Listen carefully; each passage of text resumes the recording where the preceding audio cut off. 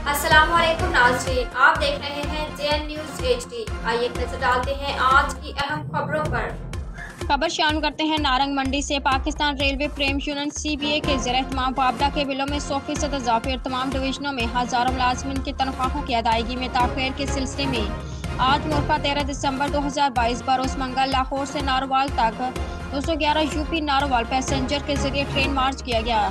बेशुमार रेलवे मजदूरों ने प्रेम यूनियन के कायदीन का रेलवे स्टेशन लाहौर पर पुरतपाक इस्तकबाल किया और शदीद नारेबाजी की, जिससे पूरा स्टेशन प्रेम यूनियन जिंदाबाद के नारों से गूंज उठा। ट्रेन अपने मुकर्ररा वक्त 9 बजे लाहौर स्टेशन से रवाना हुई।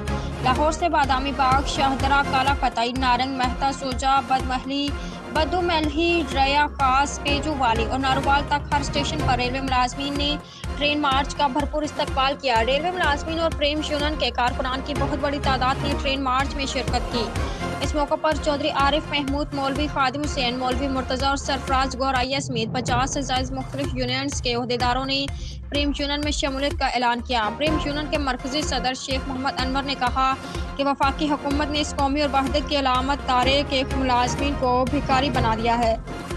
मुलाजमीन को बर वक्त उजरत ना मिलना मुलाजमीन के साथ बहुत नाइंसाफ़ी है। एक तो महंगाई ने जीना दो भर कर दिया है। इस महंगाई के दौर में रेलवे मजदूर जितनी तनख्वाह है उसमें घर का चूल्हा तो जलता है, लेकिन उस पर पकता कुछ भी नहीं। इसके बावजूद रेलवे मजदूर खामोशी से सर झुकाकर अपनी ड्यूटियां सर अंजाम दे रहे हैं।